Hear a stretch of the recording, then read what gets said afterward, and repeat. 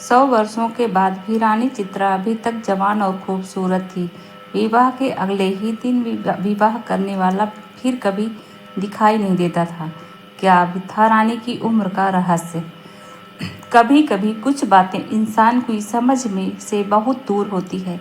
ऐसे ही बिल्कुल समझ से बाहर थी रानी चित्रा।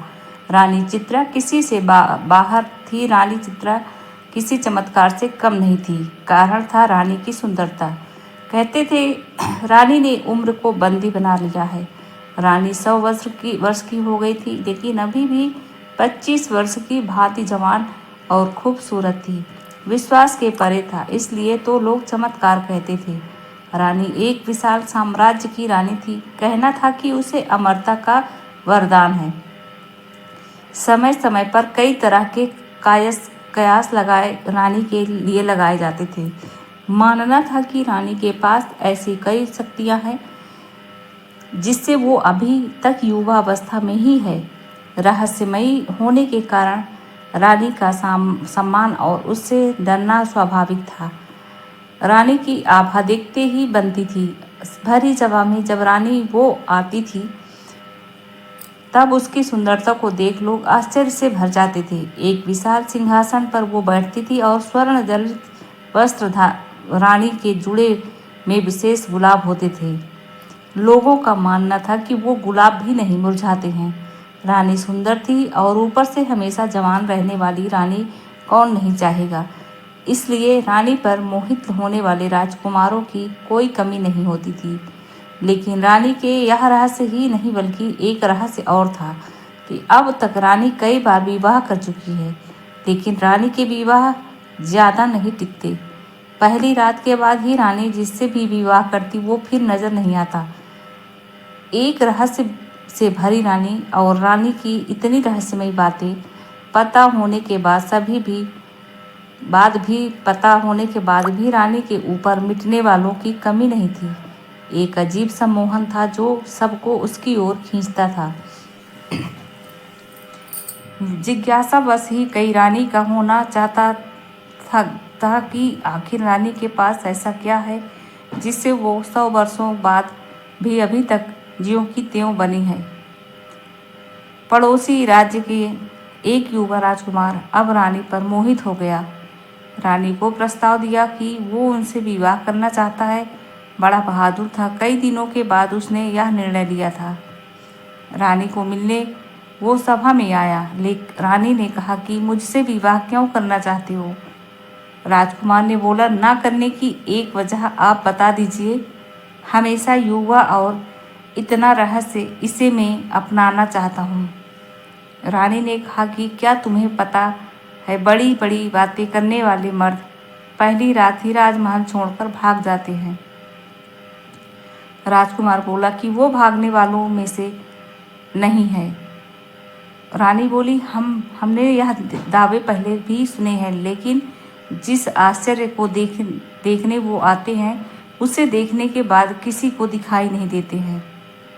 कई दिनों तक रानी ने उसे समझाने की कोशिश की, लेकिन राजकुमार अडिग रहा। रानी ने कहा कि हमने तुम्हें बहुत समझा लिया। अब तुम्हारे साथ जो भी होगा उसके लिए तुम स्वयं जिम्मेदार होगे। रानी का विवाह एक बार फिर से होना तय हुआ। रानी में फिर से चर्चा का विषय बन गया। सभी लोगों का मानना था कि पिछले कई तरह यह राजकुमार भी एक रात के बाद अदृश्य हो जाएगा। रानी के चेहरे पर एक अभिमान वाली मुस्कान थी। सारे राज्य को सजाया गया और रानी का विवाह उस राजकुमार के साथ संपन्न हुआ। बस अब था उस रात का समय जिस रात में कई रहस्य हैं, जिस रात के बाद रानी के कई राजकुमार फिर दिखाई नहीं देता था। रानी और राजकुमार की सुहागरात के लिए रानी का कक्ष विशेष रूप से सजाया गया। राजकुमार रानी के कक्ष में आया। उसे कुछ अजीब चीजें नजर आई। उसे कक्ष में भीतर एक पिंजरा दिखाई दिया जिसका दरवाजा खुला था। रानी बिस्तर पर बैठी थी। राजकुमार पहले से ही सतर्क था। उसे पता था कि रानी के कक्ष में कुछ भी हो सकता है, इसलिए उसे जागे रहना है। रानी ने कहा, क्यों इतने भयभीत क्यों हो?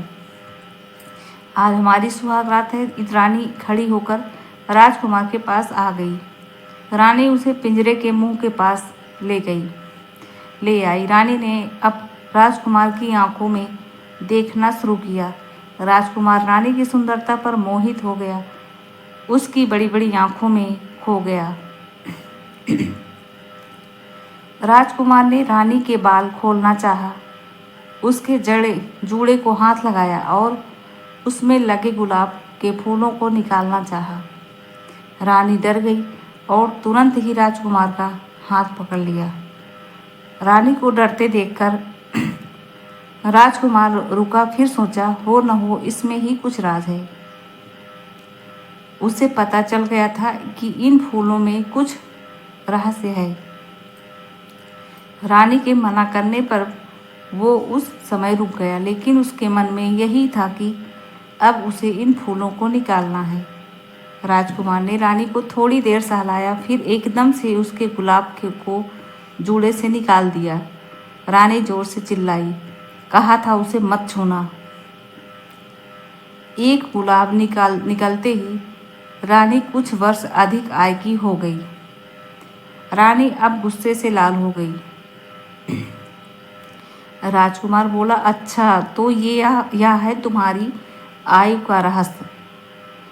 अभी एक गुलाब निकला है, अगर पूरे गुलाब को निकाल दिया जाए तो तुम पूरी तरह वृद्ध हो जाओगी।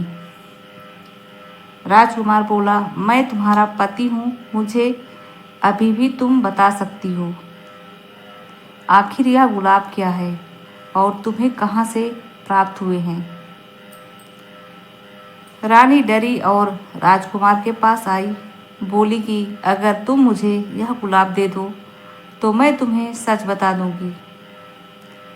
राजकुमार ने गुलाब दिया और रानी ने गुलाब लेते ही राजकुमार को पिंजरे के अंदर धक्का मारा। पिंजरे के भीतर जाते ही राजकुमार एक गुलाब का फूल बन गया और रानी फिर जोर से हंसते हुए बोली, ले देख ले, तेरे जैसे कितने मैंने गुलाब बनाकर अपने जूड़े में लगा लिए और उनकी आयु भी मुझे मिलने से मैं अभी तक जवान हूँ। रानी ने पिंजरे से गुलाब उठाया और अपने जूड़े में लगा लिया। यह पिंजरा है रानी की आयु का रहस्य।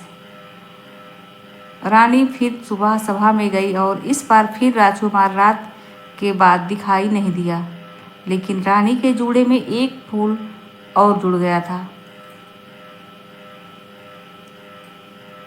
तो दोस्तों, यह कहानी आपको कैसी लगी? उम्मीद करती हूँ कि अच्छी लगी होगी। तो लाइक कीजिएगा, शेयर कीजिएगा, कमेंट कीजिएगा, ज़्यादा से ज़्यादा शेयर कीजिएगा, सब्सक्राइब